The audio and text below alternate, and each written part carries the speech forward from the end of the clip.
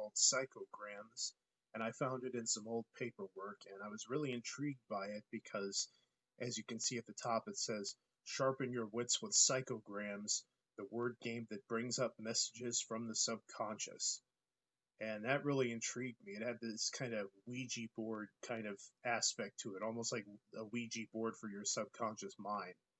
And I got to look at it, and I thought, this is definitely something I want to try out. And so I took a picture of a template of the game, and I went ahead and just filled it out on the laptop here, just in Microsoft Word, putting the letters and the numbers on the picture like that.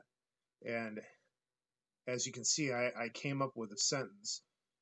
Before I get into it, I want to say this top part here where you pick 6 random single unit numbers and then multiply them by 2 more numbers, and then you get a product.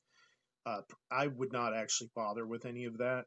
I did it this time, but really the much better way to go about it is just to go to an online random number generator. It makes a lot more sense. I mean, this was obviously back when the average person didn't have access to a random number generator, but obviously we all do because of the internet. So, and it's just a much better solution because, as you can see here, you multiply those 2 numbers and then you get that number, and then it says copy each number in the spaces between the X's below the lines, first forward and then backward. So it doesn't even produce enough numbers to get all the way to the end of the line. Unless you, well, actually, it produces, yeah, it doesn't produce enough, so you have to go backwards. And a lot of the instructions on this sheet are kind of vague. I did my best following the directions, but I may not have done all of this exactly right, but I did my best just going by the way that this was worded. But yeah, so when it says go backwards, I don't know if that means like start with with the sum and start writing that one backwards, or start writing the top number backwards. You just don't know, and it doesn't really matter, honestly, because all you're looking for is a bunch of somewhat random numbers. But I would say, since we have, like, it's already been said, just go to a random number generator.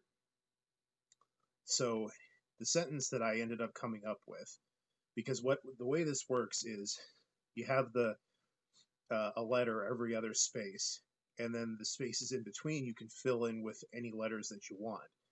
And you can look on the directions here at your leisure. They do actually allow you to move some letters down the line if they're keeping you from forming a word.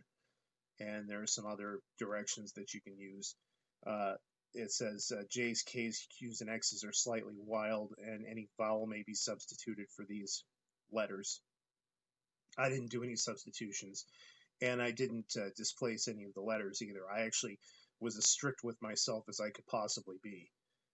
But I still came up with an actual sentence. And also, I didn't fill in the punctuation, but it says at the bottom that any standard punctuation is permitted. And I did make use of punctuation. And the sentence is, Oka fobs he hoes, comma, God's, as in God's, God apostrophe S, God's zeal hoed cold, period. Oka fobs he hoes, comma, God's zeal hoed cold, period. And that was the best I could do.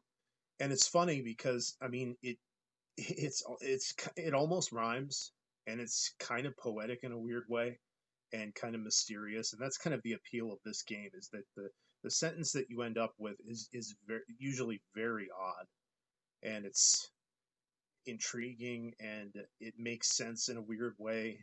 You can kind of look at it, and you can see kind of what your aspects of, like, different things that you were thinking of at the time without knowing that you were thinking about them.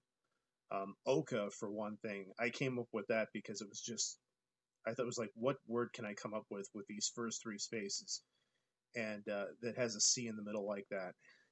And oca is actually a type of plant grown in the Andes, and it's a tuber, which means that it has roots underneath the ground.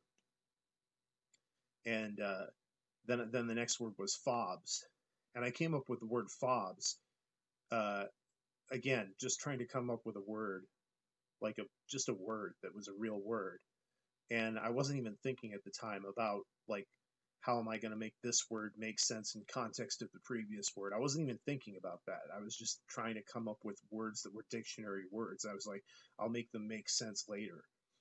But they ended up actually making sense, because a fob is anything that you can keep something in, and it usually dangles off of a chain. And ocas have those roots that dangle off of the plant. And if you look at pictures of them, they are like little fobs.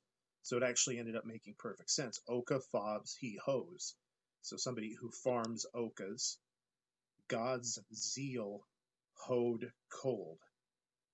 And I take that to mean God's zeal hoed cold, as in God punished somebody. He punished the oca farmer with a bad crop, with bad growing weather, because he hoed cold, as in he hoed the cold